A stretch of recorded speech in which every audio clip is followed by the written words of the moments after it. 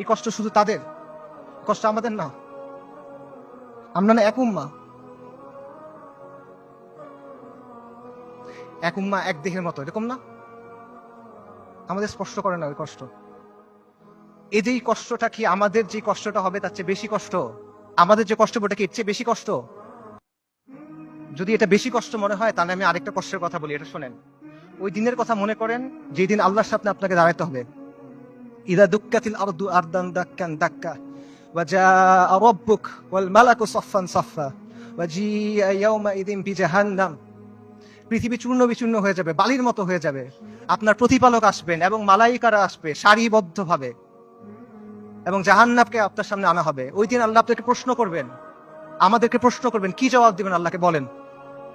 ফায়াউমাইযিন লা ইউআযযিবু আযাবাহু আহাদ ওয়া লা ইউথিকু ওয়াসাকাহু আহাদ। আল্লাহ ওই দিন যেভাবে আযাব দিবেন ওইভাবে আর কেউ দেয়া নাই।